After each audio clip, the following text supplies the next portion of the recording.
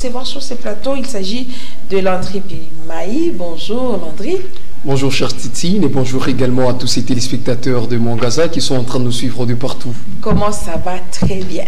Bon, ça va toujours bien parce que depuis un temps, on est en train de s'efforcer pour que ça aille toujours le mieux possible. Ouais. Et voilà, et donc on dirait que ça va. Ça va très bien.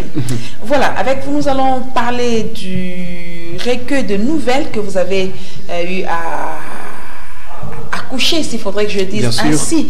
Voilà, vous l'aviez accouché parce que c'est votre travail d'esprit. Et déjà le titre lui-même, pourquoi le choix du titre Sous le drapeau?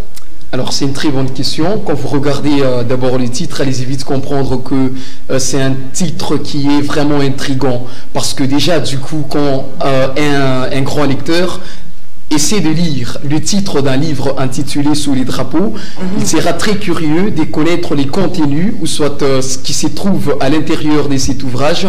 Voilà pourquoi en tout cas on dirait que c'est une grande chose qu'on a essayé de cacher là-dedans, tout simplement parce que le paratexte lui-même qui est sous les drapeaux, d'une manière générale, essaie de dire beaucoup de choses. Alors votre question est de savoir pourquoi sous les drapeaux. Avant que vous puissiez me répondre à cette question, parce que je sais que quand on parle de sous le drapeau, on voit généralement les militaires.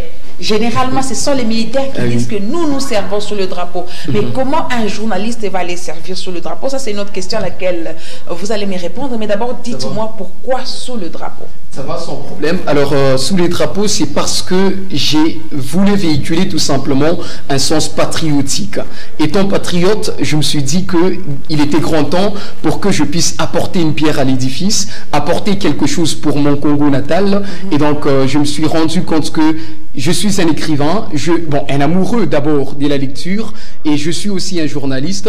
Alors, comment est-ce que j'ai rendu ma petite contribution à ces pays que j'ai pour terre-mère? Alors je me suis dit que je pourrais peut-être m'appuyer du côté de la littérature pour que je puisse essayer de véhiculer quelques idées afin que je puisse aider plus d'un Congolais qui seront mes lecteurs de ces livres. Sous le drapeau, généralement, comme je l'ai dit, ce sont les militaires qui servent sous le drapeau.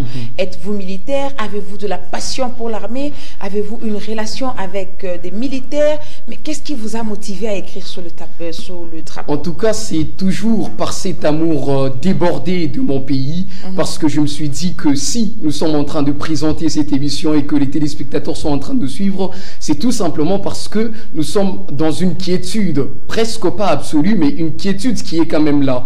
Et donc, qui sont ces gens-là qui nous donnent cette quiétude? C'est entre autres une part de ces militaires ce sont des gens pour qui nous devons beaucoup d'estime et beaucoup d'esprit, parce que beaucoup de respect et beaucoup d'estime, allez se dire, tout simplement parce que ce sont des gens qui sont capables de donner leur sang pour au moins que les autres puissent bien vivre. Et donc, allez-y vite comprendre que j'ai aussi parlé des militaires parce que vous êtes sans savoir, vous venez de les dire et de l'extrapoler bien évidemment, que quand on parle des sous les drapeaux, on voit les militaires. Et donc, j'ai aussi rendu ces vivants hommage à ces militaires, non seulement ceux qui sont vivants, mais aussi ceux qui sont partis au front, armes à la main, mais aussi à tous nos frères qui se sont déjà enrôlés dans l'armée parce que nous sommes des cœurs avec eux, parce que on s'est dit que c'est pour une cause noble qu'ils sont partis défendre l'intégrité territoriale. Et donc, voilà pourquoi je me suis dit qu'il était grand temps pour qu'ils puissent se sentir aussi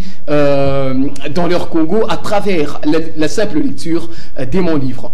Natif de Lubumbashi, étudiant, donc je dirais que vous êtes un produit de l'université de Lubumbashi, et trop jeune, vous avez embrassé à bras le corps l'écriture et l'amour de la poésie. Avez-vous un modèle dans ces mondes-là? Alors, il faudra déjà souligner, les modèles sont déjà là parce que j'ai eu à lire beaucoup d'écritures ou soit beaucoup d'écrivains. Pour ne pas exagérer, j'ai eu à lire quelques écrivains. Et donc, j'ai un grand modèle que je suis de trop près, c'est la personne de Paulo Coelho. Il n'est pas ici. Pour moi, je ne pouvais pas avoir un modèle sur le plan littéraire au niveau congolais parce que ce n'est pas une question patriotique, la littérature. La littérature, il est question de ce véhicule-là de savoir, ou soit de ces véhicules d'un message. Alors, je me suis rendu compte que, après avoir lu des écrivains et des écrivains, des grands classiques français, Antoine de Saint-Exupéry, de Victor Hugo, je me suis rendu compte qu'il était grand temps que je puisse au moins me choisir un modèle. C'est pourquoi j'ai pris pour modèle Paulo Coelho, l'homme qui a écrit L'Alchimiste, Le Zaïre, l'homme qui a écrit Les Guerriers de la Lumière et autant d'autres livres que j'ai déjà eu à lire. Je rentre dans votre... d'abord, avant de rentrer à la page 70 et 80, parce que là, je suis en train de lire de manière ramassée comme ça. Vous avez intitulé ça « Recueil des nouvelles ». Oui, oui. Pourquoi un recueil des nouvelles? Tout simplement parce que quand vous lirez Sous les drapeaux, allez-y vite comprendre qu'il s'agit de 4 nouvelles qui sont incorporées dans un seul livre. Voilà pourquoi on a dit qu'il s'agit d'un recueil. C'est-à-dire